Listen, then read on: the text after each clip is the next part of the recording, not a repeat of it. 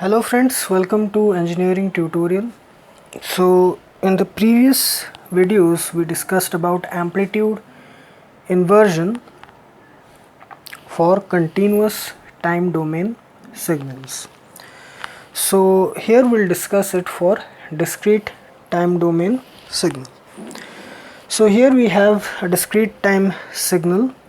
Okay, so basically continuous time domain signals are converted into discrete time domain signal through the process of sampling. Actually it is the basic method through which analog signal is converted into digital signal. Okay, the discrete time phase is the intermediate stage between an analog and a digital signal. I've already posted a video related to that, you can check out that. So through encoding it is again converted into quantization, and encoding it is converted into a digital signal. Okay, here it is analog, this is the middle stage. So this is the whole concept. So here we'll discuss the amplitude inversion for the discrete time signal, which is here.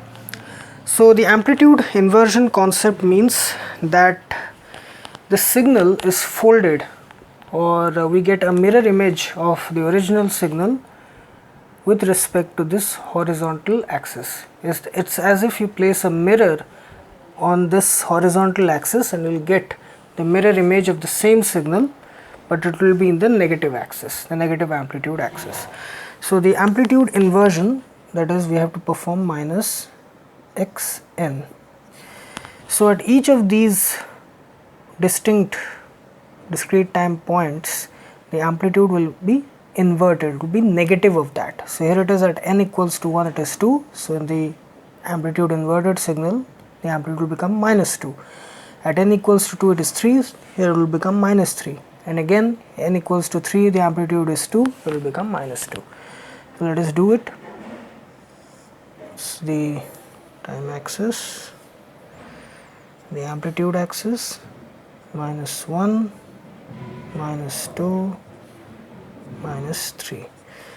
1 it is 2, so it is minus 2. At 2 it is 3, so here it will become minus 3. And again at 3 it is 2, it will become minus 2. So here it is 2, 3, 2, here it is minus 2, minus 3, minus 2. Okay, so this is the amplitude inversion of discrete time signal, the first question.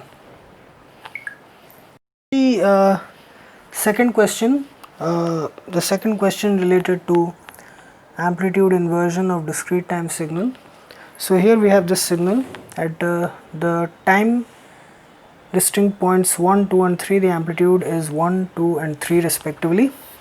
So the amplitude inverted signal, that is minus xn, all these amplitude will become negative in the same distinct points.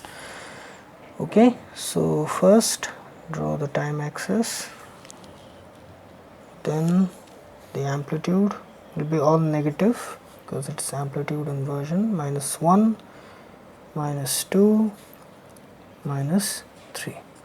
So here at 1 the amplitude is 1, so here it will become minus 1. At 2 it is 2, so it will become minus 2. At 3 it is 3, so here it will become minus 3.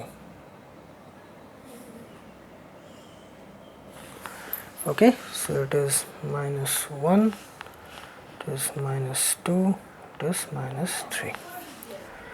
Okay, the amplitude inversion for discrete time signal, the mirror image around the